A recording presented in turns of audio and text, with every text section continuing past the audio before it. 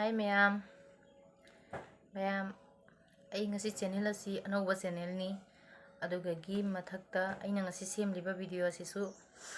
anova video ni haidi ahanba video ni ko aduga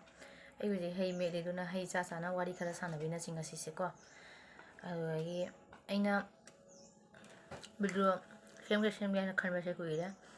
aduga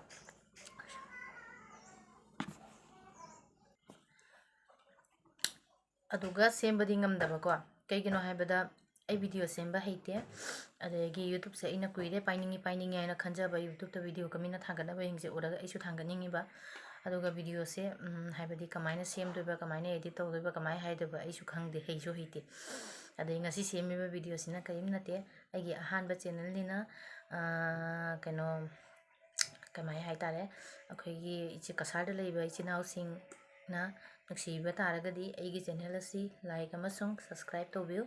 adugagi manipur da leiba ichinaw singsu mayama lei nuksiba aduna ichinaw singsu aibu nuksibiragadi like amasung subscribe tawbiu kay naidi mathang video da ai nungaina haidi wahai kya haina ngangba haina semba ngamra yengjage aina ngangise ithanta aibong nokningi ai sumaina ka ngangchadi ai hei chari huji komla cha chana ai sum wari se mayama dum haigai tawrini ina aigi inaw nupi ama lei nomi ko masa nomi vlog haina leibani noishu changaga yengbiu yam nungai bani magi video singdo aduga gi mathakta mangoda aina hangi kamai na hangi noi kamai na tawge haidana aduga ma hai sumai tawbani haidana ko alugai matung jage ai dumai changjare do hujik phobada aina ngasine ko aina ngasi namjari si sune ko ai editing ama tawba ai heitri do eragasu ai sum adi macang mate gam ngasi semba ngambra yengi haidana dum tawjari ni ai mayam da khanganingi ba ai se anoba channel ama hangi haidana ko ado mathangda ai at phajana ngamakanda ai mayam anoba tawgani haina khalli ngamjaba oijage haise hawdi hawrami yamna adugagi mangoda hai matung dang sing ngamna khara tawjari sini simasu ai ngai ba poliba hingse ai sana bo khangde kari ai noidana ado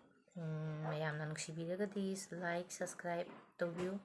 sigi mafam manakta ai loijarage athaidi mathangi video da yengminasi hawde hawe wa hojikti season ni na komlagi duna hawri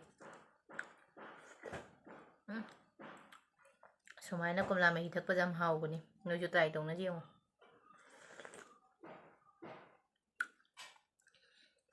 yare mayam ai hoji bye bye